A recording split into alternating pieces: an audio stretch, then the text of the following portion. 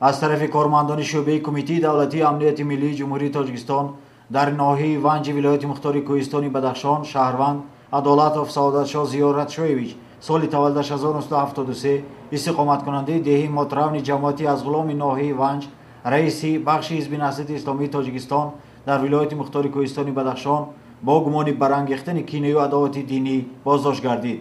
عدالتوف سعادتشاه با آن گمان بر دانسته می شود که در دههای مترون و روز جماعتی از غلام چندین مراتبه به طور عمومی به تحقیر ساکنان محلی دست زده فضای ناسالم یکدیگر بدبینی را به میان آورده است. سعادتشاه عدالتوف از جانب حزب نهضت اسلامی تاجیکستان مقصدناک به جمهوری اسلامی پاکستان فرستاده شده به طور غیر رسمی در مدرسه بنوریه این کشور تحصیل کرده است. طوری از گفته‌های همدهگانی او برمی‌آید وظیفه اصلی از جانب حزب نهضت اسلامی تاجیکستان در نزد عدالتوف سعادتشاه گذاشته شده ناآرام کردن جامعه میباشد. نسبت به عملهای غیرقانونی عدالتوف سعادتشاه زیاده از 30 نفر ساکنان منطقه مذکور با شکایت به مقامات داخلدار کشور مراجعت نمودند. از اون روزی که عدالت سعادتشاه به حیث حزب نهضت اسلامی تاجیکستان در بدخشان انتخاب شدند، همین مسئله همین وضعیتی بین مردم رو در این مسئله باز دو چند کرد.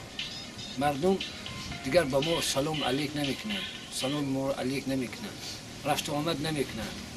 یک چیزی عادی، یک چیزی که همه مردم ساکنان جنوب دیهاتی از ایران دیدن، این ویران کردن جنازه همسایه من عطال گل محمد بود. عطال گل محمد در وقتی در قید حیات بودن و عدالت دولتشاه گفت که شما پیش جنازه امامی ما جنازه من میشوید. لیکن عدالت سعادتشاه مردم رو گفت که این شیعه مذهب است، از قفای این اقتدا کردن ممکن است مردم از جنازه پراکنده نشدند. من عضو وفای محمدویچ زاده دهه مطرب میباشم. عدالت سعادتشاه ما را در مسجد قطعی ما نماز نمیخونه که اینا شیعه مذهب هستند، اینا خطی سلام کردن درست نیست. دخترای اینا را کلین کردن و درست نیست.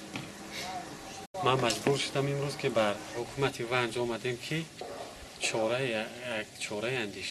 تشخیص پیشگی متخصصان ساحه دینشناسی در رابطه با مضمون و مندرجه عریضه دست جمعانه و بیانات ساکنان دههای مترون و روز جماعتی از غلام نشان داده است که در حرکت‌های عدالتوف سعادتشاه برانگیختن کینه و عداوت دینی اینچنین ترغیب برتری شهروندان از نگاه مناسبت آنها به دین دیده می شود.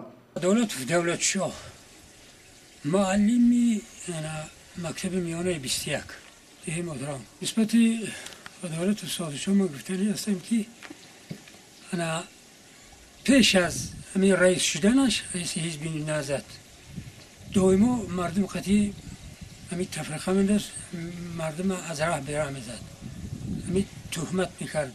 ما هم بزرگی تهمت چی؟ تهمت که ما گوییم که انا شیعه مذهبیم، به خانه ما رفتن درست نیست، تام ما را خوردن درست نیست. خب سوال ما را مثلا انا علی گرفتن ممکن نیست. همین خیلی در قشلاق ماتران همین تفرقه می‌کرد و میگشت تا رئیس جمهور. بعد رئیس جمهور با امین با دوام دادن اون با بسیارتر شد. در گرد اطراف خودش بسیار شاگردا رو جمع کرد، جوانا رو جمع کرد. مثال عادی که مگر امر خواهر و اپای من وفات کرد، من نموند که من جنازه کنم.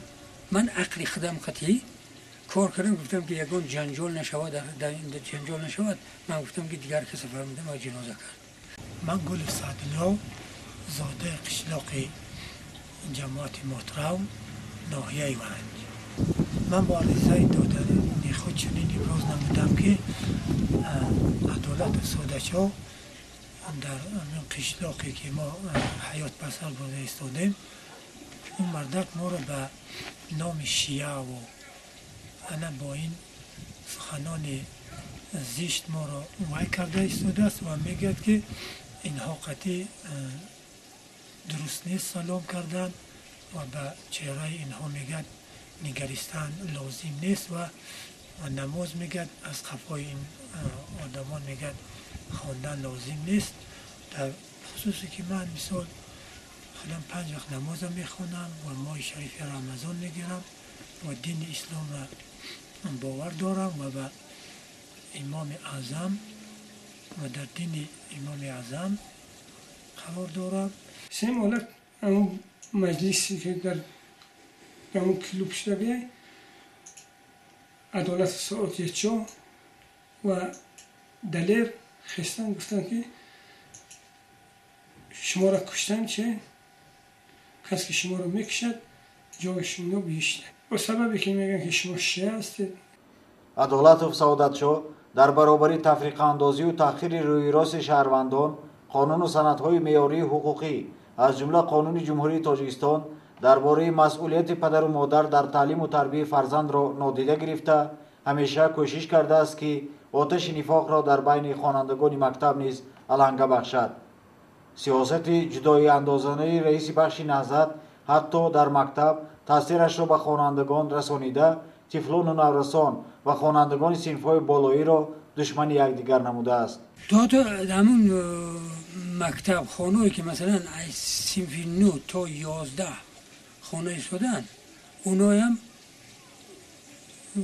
رو از راه بیرون میزنند و همون گپ‌های غیر مثلا غیر وای گفته شده است غیر دینم گفتیم گویم اگر خطا نمیکنیم 14 سال که ما نمیمونن دیگه ما امروز مجبور شدیم و خستیم در باره عدالت ساچا گپ میزنیم که این خلق را این جدایی و پریشانی و سیاهی و جنجال همه کاری عدالت ساچا که 14 سال که ما خب کردیم که جنگ نشود قشلاق جنجال نشود لیکن حلیمت نکرد میراد در چنبه بچه ها را جرازیت میکند میپرد میاد در یزگلام بچه ها را جرازیت میکند کودکاش یک عده میخوانند سه چیزی که میفهمند اینا همه نشأتی عدالت ساچا که کودکا را میخی نشأت کردگی میره رای راست میره یک کودک سن 5-6 میگه که چیزی که اینا همه نشأتی عدالت ساچا айни замон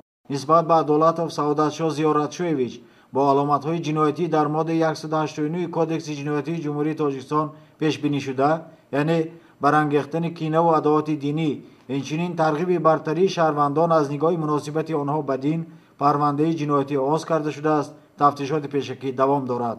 боиси таассуф аст ки новобаста аз арзу шикояти сокинони ҷамоати Язгулом дар бораи кирдорҳои ғайриқонунии Адолатов Саодатшо шӯрои сиёсии ҳизби насади исломии Тоҷикистон боздошти номбурдаро ҷанбаи сиёсӣ додан мехоҳад ва ҷомеаро ба гумроҳӣ кашиданист, вале он чи аён аст ҳоҷат ба баён нест.